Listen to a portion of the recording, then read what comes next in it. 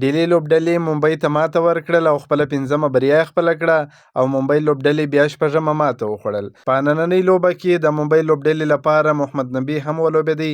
په توپ اچونه کې یې لومړی ویکټ یې ترلاسه کړ او په توپ وهنه کې یې بیا هم بخت کار ونه کړ.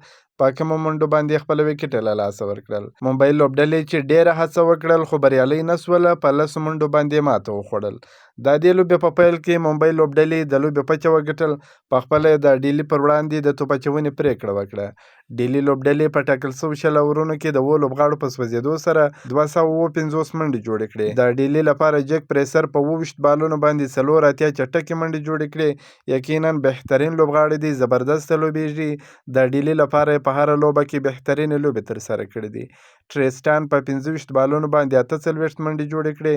شای هوپ په 18 بالونو باندې 41 منډې جوړې کړې. د ممبۍ لپاره محمد نبي په 2 اورونو کې 20 منډې ورکړې، 1 ویکټ یې ترلاسه کړې.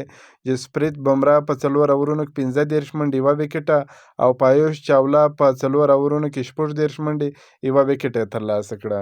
ممبۍ لوبډلې د 250 منډو هدف په تعقیب کې توپخانه پیل کړل چې خپل د پیل 3 ویکټې ډېرې ژر له لاسه ورکړې.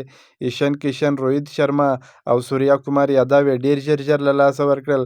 خو تیلک ورما بیا بهترینه لوبه ترسره کړه. په 32 بالونو باندې 63 چټکې منډې جوړې کړې. رن اوټ شو. هاردیک پانډیا 46 منډې جوړې کړې. ټیم ډیوډ 32 منډې جوړې کړې. محمد نبي ساحل په 4 بالونو باندې 7 منډې جوړې کړې او ونه ځلېدی په توپخانه کې. د ډیلي لپاره راسخ سلام په 4 اورونو کې 14 3 ویکټ یې ترلاسه کړې. موکیش کمار په 4 اورونو کې 49 منډې ورکړې، 3 ویکټ یې ترلاسه کړې. خلیل احمد په 4 اورونو کې 45 منډې ورکړې، 2 ویکټ یې ترلاسه کړې. ډیلي لوبډلې 5مه بریا خپله کړه، 10 لوبې ترسره کړې دي، 5 یې بایللې دي، 5 یې ګټلې دي، 10 پوینټه لري. ممبۍ بیا 6مه ماته وخوړل، 9 لوبې ترسره کړې دي، 3 یې ګټلې دي، 6 یې بایللې دي، 6 پوینټه لري.